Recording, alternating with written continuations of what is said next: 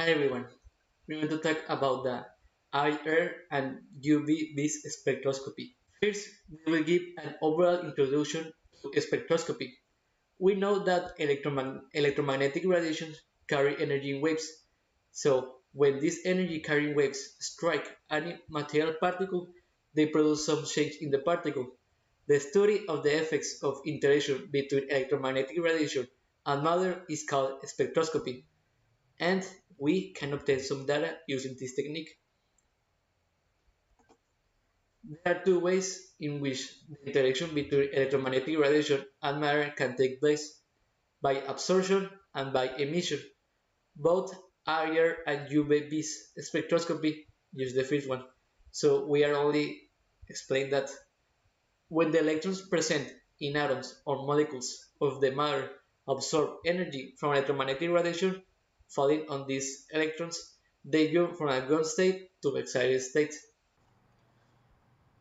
Hello, good afternoon. My name is Alex. I am here today to talk about the infrared spectroscopy. Infrared spectroscopy explores the fact that the molecules absorb the frequencies that are characteristics of their structure. That these absorptions occur in resonant frequencies. The frequency of the absorbed radiation coincides with the frequency of vibration. The bounce absorbs the light and, and produce motions named vibrational motions. For example, imagine a resort in the extremes have a two valves. You can expand or contract. You produce different motions. You don't know the compounds in the matter, but you can see the vibrational motions, and these vibrational motions get data about the compounds in the matter. What is spectroscopy here? The principal concept is this: involves the interaction of infrared radiation with the matter. It can be used to identify and study chemicals. Samples may be solid, liquid, or gaseous. In the image, we can see an example about this. The first step is use infrared light. This light guided in the matter. For example, the light can be reflected, absorbed, transmitted, or a combination of them in the matter. And this information is the data to get about the compounds in the matter. Uh, the light absorbed or reflected or transmittance introduced in a detector.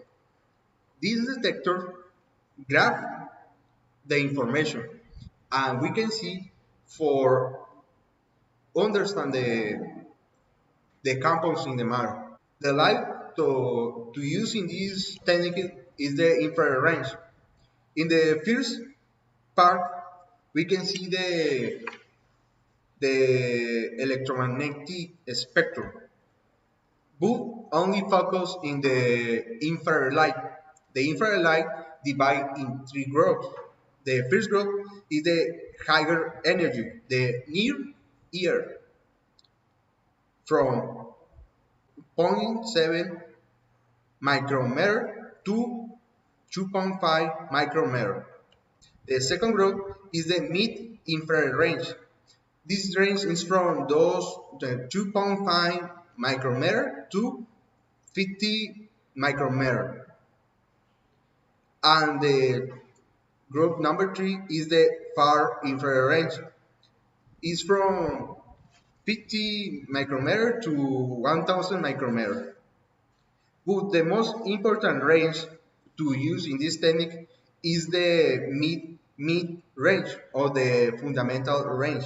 The reason that we use infrared light is because different molecules react to this light, and we can analyze to the different vibrational motions happening in a molecule. In the image, we can see the different vibrational motions see in the matter. For example, in three groups. The first group is the radial, the second is latitudinal, and the three group is longitudinal. Out of this image is the possible vibration motion we can see in the spectrum. These vibrations or motions is the information. This data used to know about the compounds or structure in the matter. Interpreting ear spectrum. In the image, we can see an example about the information to see in the detector. We can see four important parts. The first part is the wave number. In the under, this part is important. The wave number telling about the very particular energy on infrared light. This wave number is the way we differentiate between these individual energies of ER radiation. And the wave number calculates with this equation. The first method is wave number equals 1 divided by wavelength. And the second form is wave number equals frequency divided by speed of light. And now, in the XG, is the transmittance, is the percentage of the particular wavelength of that particular wave number rather that reaches the detector. So we get information about that. We can see two peaks. These two peaks is information about the compounds in the matter and a structure of these compounds in the matter. Out of these peaks, we can see in this spectra is the most important part of this detector. For example, we can see two peaks. These peaks have a much transmittance number. For example, the first peak is a 6%, and the second peak is near to 0%. This peaks is the information we need to know the compounds or the structure. What means these peaks is particular functional group in the molecule. That peaks means the source of ear light of the wave number, and this is information that tell us about what kind of bonds are in that compound. The spectra divide in two parts. In the part right is the fingerprint. This part is only in individual samples. Is unique for sample. And in the part left is the information we need to know about the compounds of a structure in the sample, in the map. The footprint we can use to identify another samples is rapid, is only, is unique for sample, for element. For example, the spectra of the water is easy to identify and is the most famous ER spectra. In this graph, we can see only two perfectly visible peaks. In the way number 3500, we can see one peak, and in the 1700, we can see another peak. These two peaks appear frequently in the infrared spectra of many foods. Science water is a compound that is present in most of them. This is an easy example about the ER spectrum. In the image, we can see the equipment where the interaction between matter sample and infrared radiation is carried out in the infrared spectrometer. Currently, these stems are also known as infrared spectrometers with Fourier transform infrared. The name of the system sometimes is called Fourier transform infrared. The result of the interaction between the sample and the infrared layer is read in a spectrum infrared. In the image, we can see the process and the machine to use this technique, the infrared spectroscopy. The first part is how the sample are put in the system. The light, infrared light through the sample the matter, absorbs the light or reflect or transmittance the matter, and this data is get in a computer, and the computer shows the UV-vis spectroscopy, and we're going to talk about the type of source.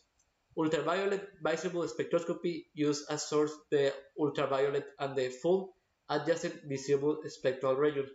So the range of the system source will be 200 nanometers to over 700 nanometers.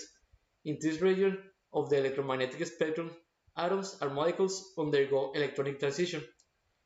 This technique objective is to obtain the concentration percentage of a determined substance inside a sample. And we can see one of the simplest designs.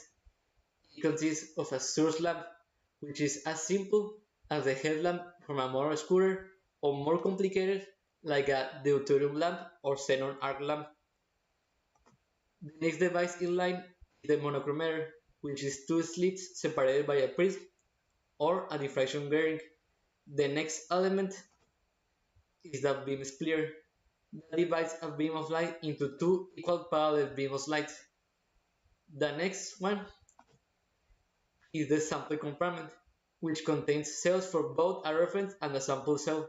And finally, detectors, which are devices such as photodiodes that convert the impact of protons into electrical current that can be monitored by a computer. Now that we have defined each of the pieces, we'll see how it works. The source lamp creates a variety of wavelengths of different light.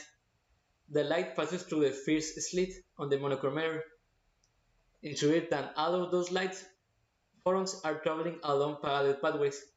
So when they strike the prism, they are refracted into a rainbow of colors. Each wavelength of light is moving to a different place in space. So only one wavelength of light in this situation is going to make through the second slit. Then it will be striking the beam splitter and becoming two beams of equal intensity. These two transverse are a reference cell and a sample cell. As the beams exceed these cells, they strike the detectors, creating an electrical current. I and I0. If the reference and the sample cell are identical, then the light intensity of both sides will be the same. But if we change the sample to something that might absorb the light, the intensity of the light exceeding this cell will decrease, and therefore the electrical current generated by this detector will also decrease. The greater the amount of sample in the substance, the greater the absorbance of light. And if we use visible light in the source, the light that exceeds the sample cell will have another color than the original. By dividing the light intensity of the sample by intensity of the reference, we obtain the transmittance of the sample. We can see that the relationship between the percent transmittance and the concentration of the sample is not linear. Instead, it's exponential. So what we are going to do is make the relationship linear with the objective of extrapolate the graph to know the concentration of the sample we doing calculations. To do that, we are going to apply the Beer-Lambert law by converting the transmittance into absorbance using logarithms. We can see that the absorbance is the molar attenuation coefficient multiplied by the concentration of the compound in the solution and by the path length of the sample. Since the absorbance is directly proportional to the concentration, the graph turns out to be linear. In addition to determine the concentration of a solute in a solvent, can find the band gap of a semiconductor.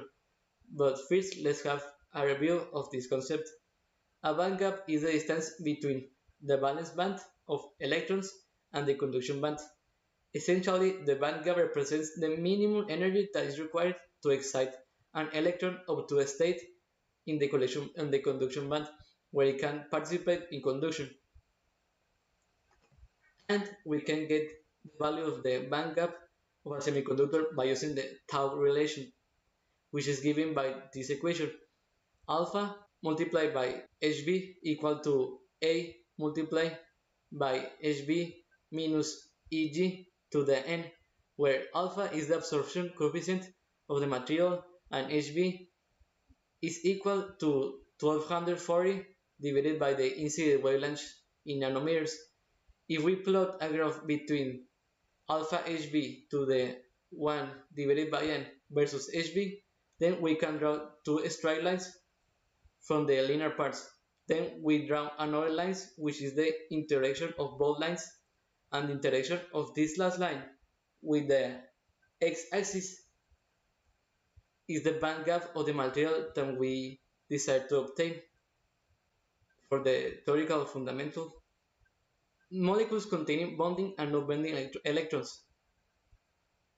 And for the theoretical fundamentals, molecules containing bonding and non-bonding electrons can absorb energy in the form of ultraviolet or visible light to excite these electrons to higher antibonding molecular orbitals. The more easily excited the electrons, the longer the wavelength of light it can absorb. Electrons in bonding orbitals stabilize the molecule because they are between the nuclei of the bond, and antibonding orbitals have opposite characteristics. And electrons in non-bonding orbitals are not shared with another atom in the bond. That generally is they use covalent bonds. So the electrons that are not in the bond are known as not bonding. There are four possible types of transition from n to p star, from n to sigma star, from p to p star, and from sigma to sigma star. The energy taken for the electron to jump from the ground state to the energy state is lost, that is absorbed from the sample, and the rest of the energy is transmitted out to the detector. So by looking at the wavelength loss in the light as it passes through the sample, you can get an idea of which type of jump the electron just made. And we have some manufacturers that build these spectrometers. I haven't tried any of them, so I can say which is better. And we have some application of this technique. The first one is to determine the size of nanoparticles of gold, and they conclude that it has less accuracy than the TM technique, but it can determine the concentration of gold nanoparticles in the sample. And the second one is to determine the band gap of a compound, and that's all. Thank you for your attention.